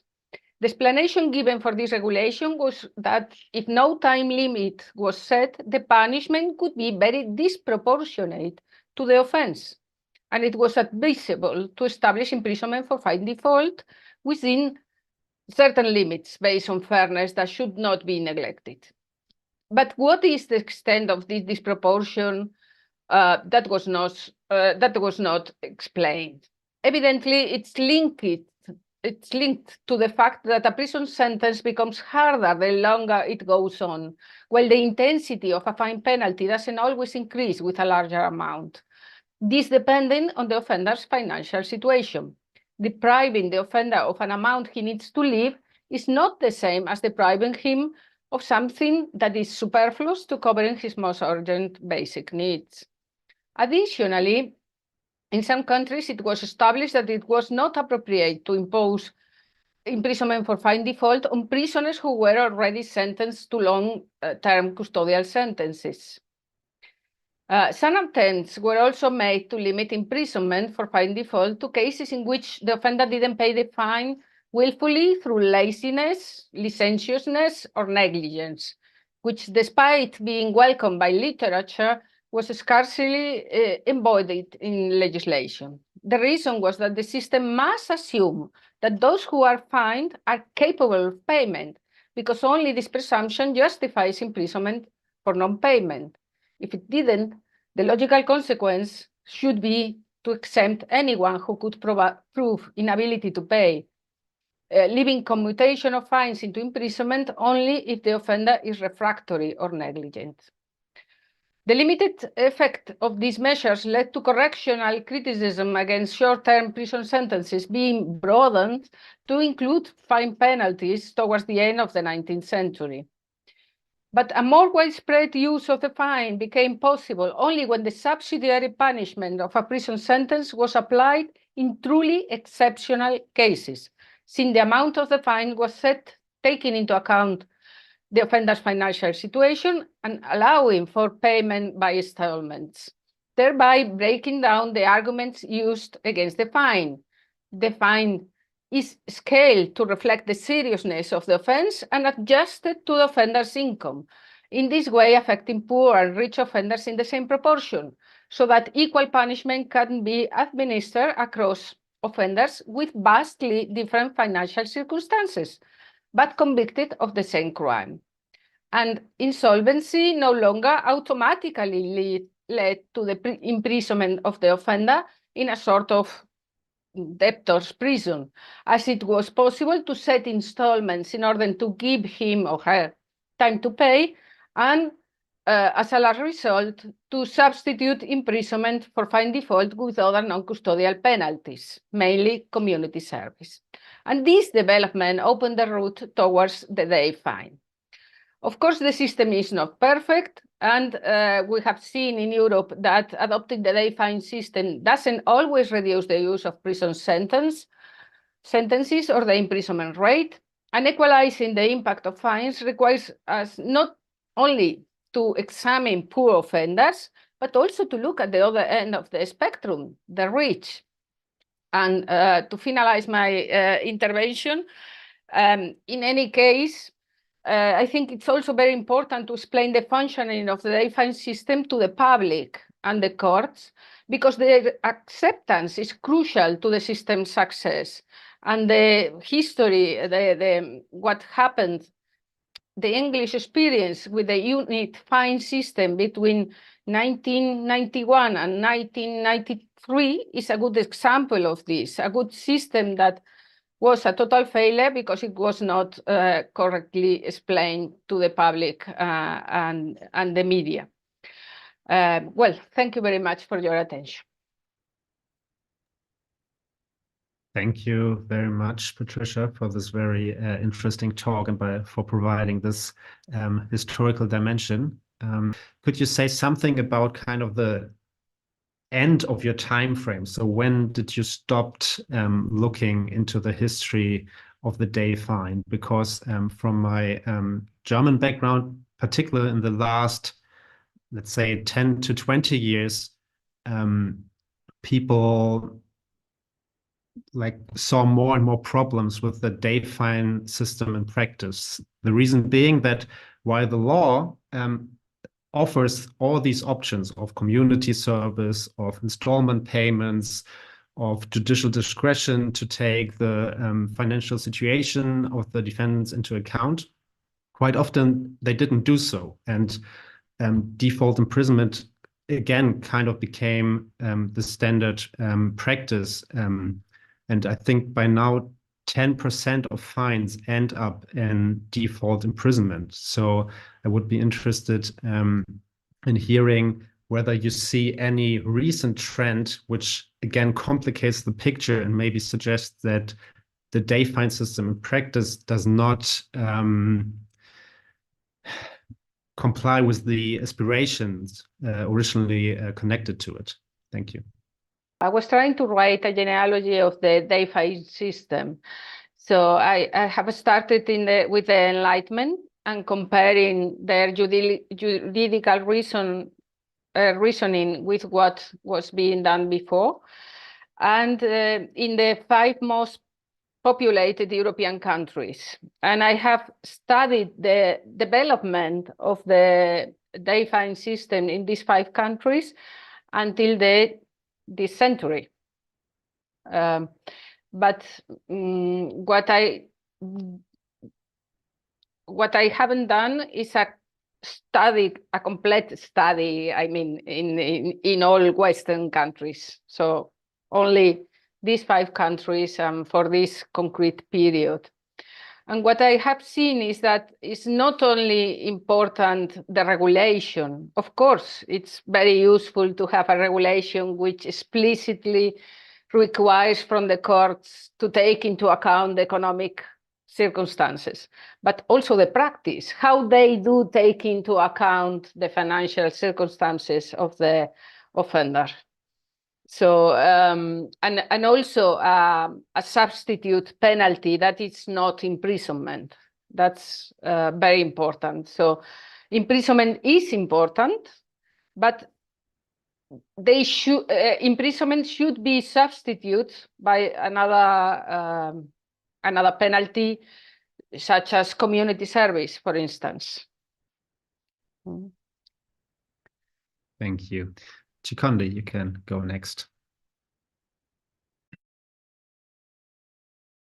My goodness. Sorry, I turned off my video.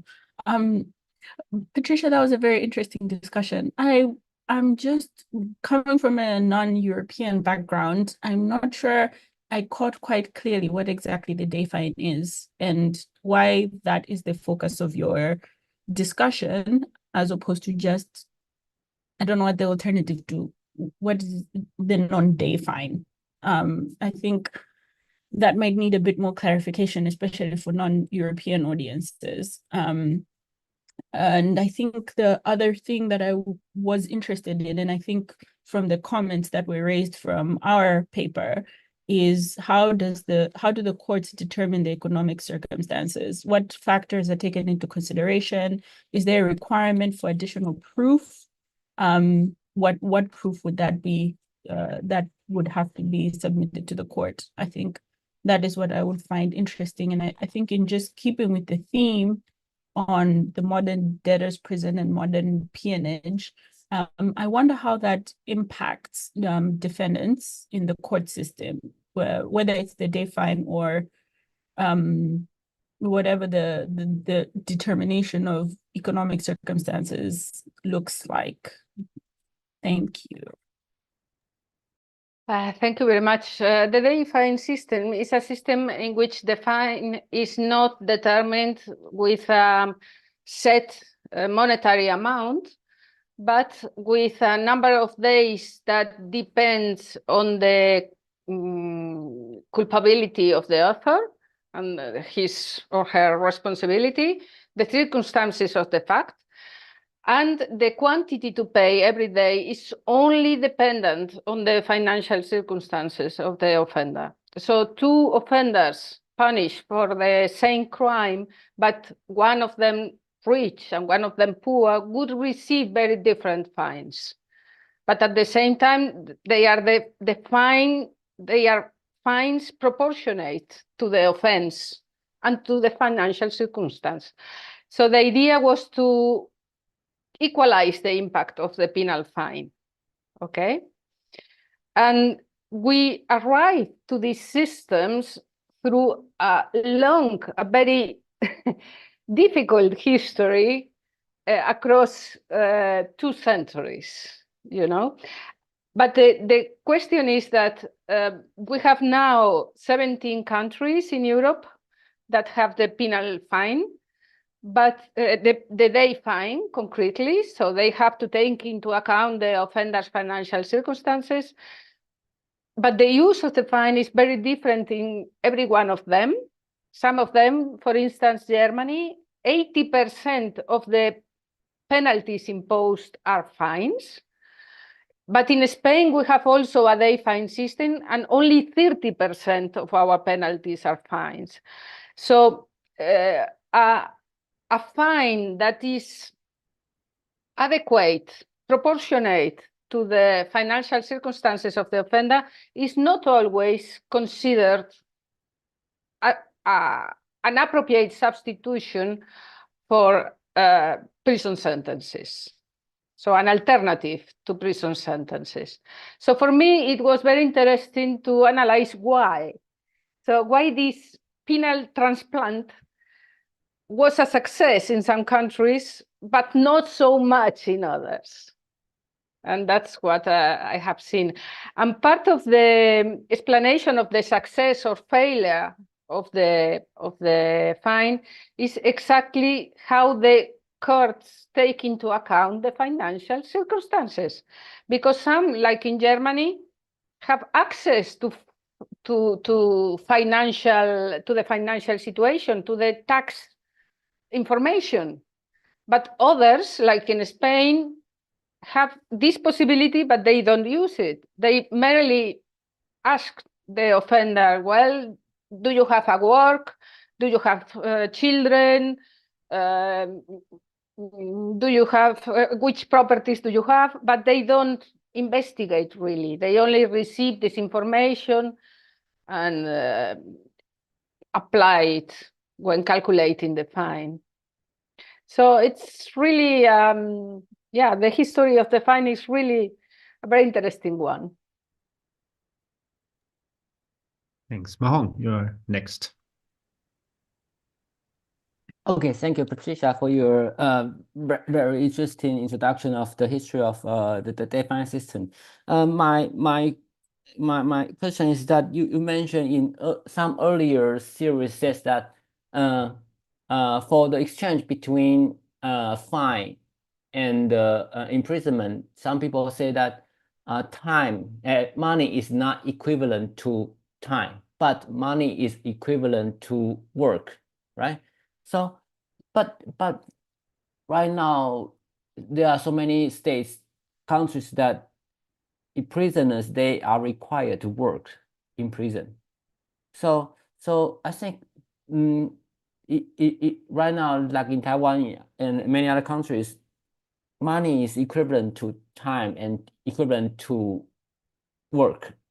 So I think the idea is the series said what the series say in the past, I think if it's still applicable right now in many other countries that require their prisoners to work inside prison. Thank you. This this criticism against the equivalence between time and money was formulated in Europe when we had also in Europe forced labor for prisoners. So it was independent of this fact. They were saying, well, no, you cannot change money for time in prison, because time in prison is always harder than simply paying some part of your wages.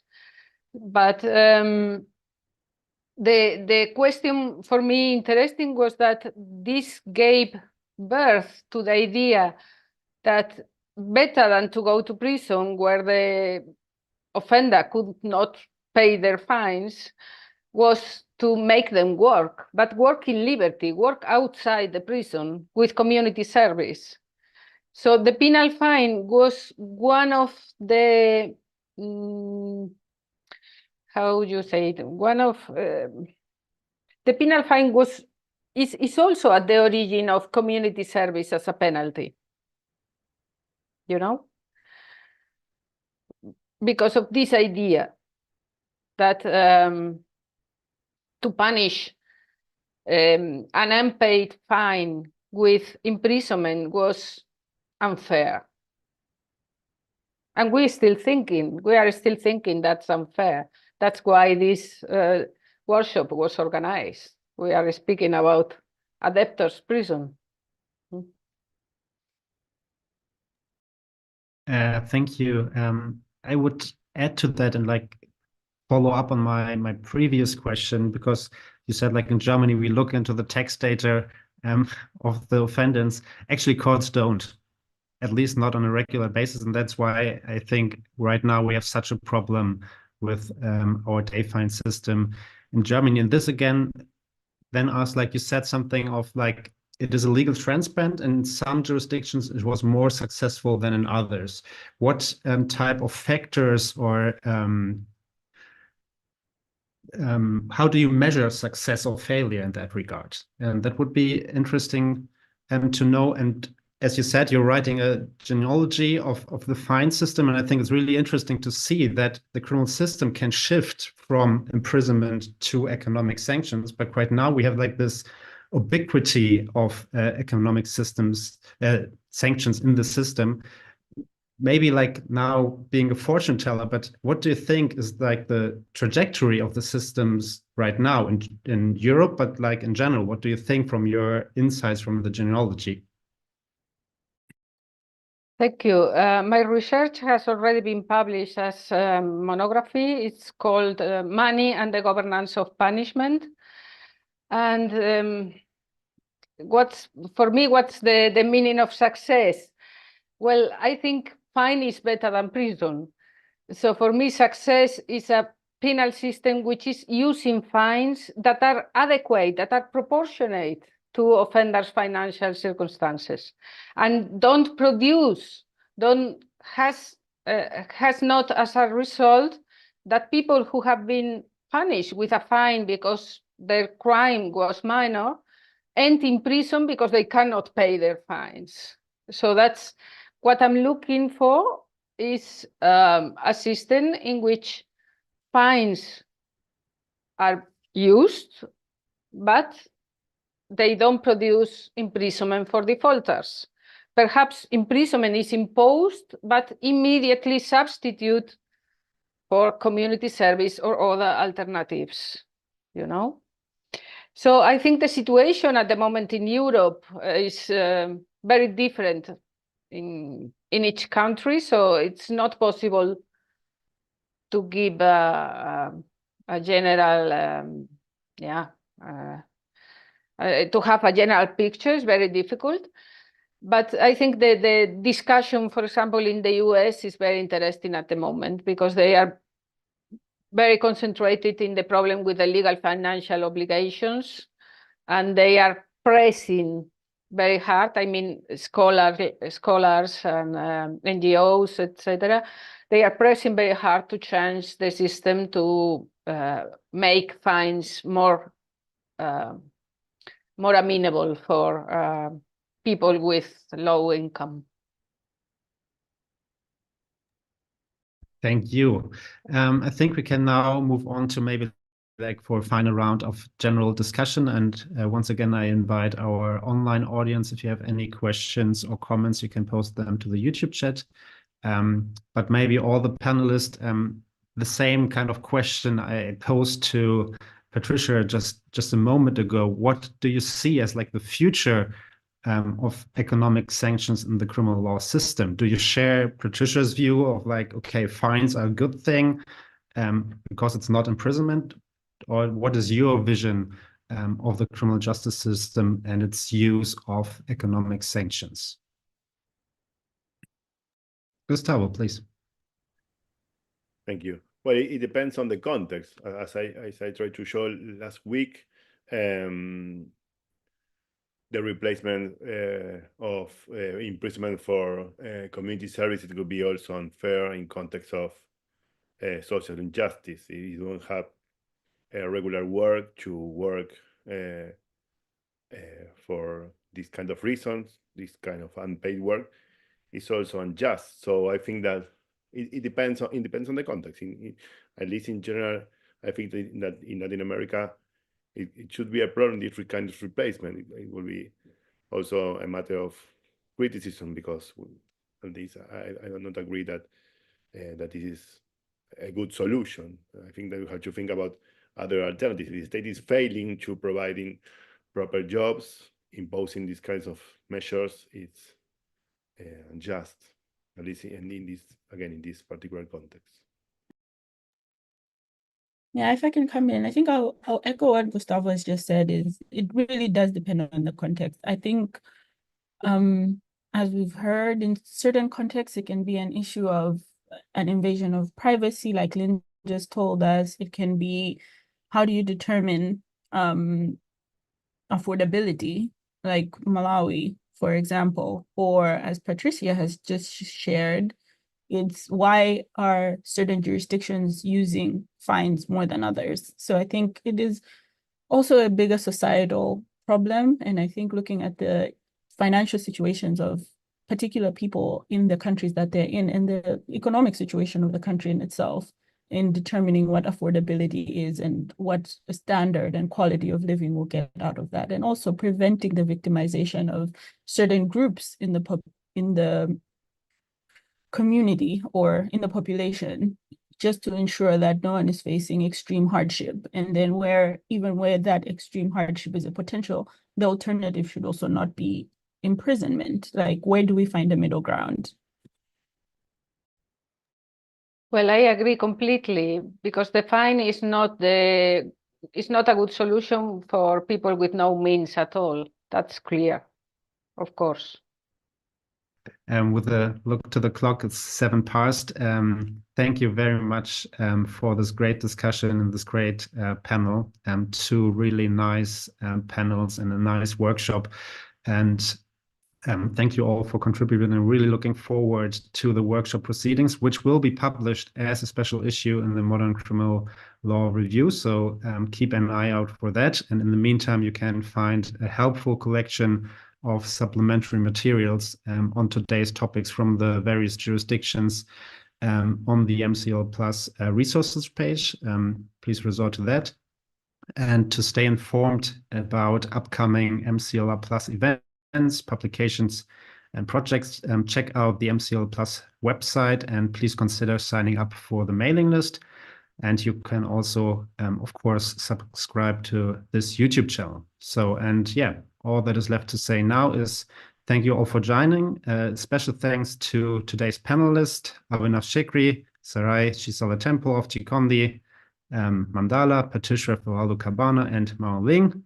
Also, Gustavo, thanks for joining again. And last but not least, thank you to Professor Markus Stubber, who all brought us here together in this really exceptional group from so many places with so many disciplinary backgrounds. I'm really looking forward to see the results of this really interesting exchange. And with that, goodbye and hopefully see you soon.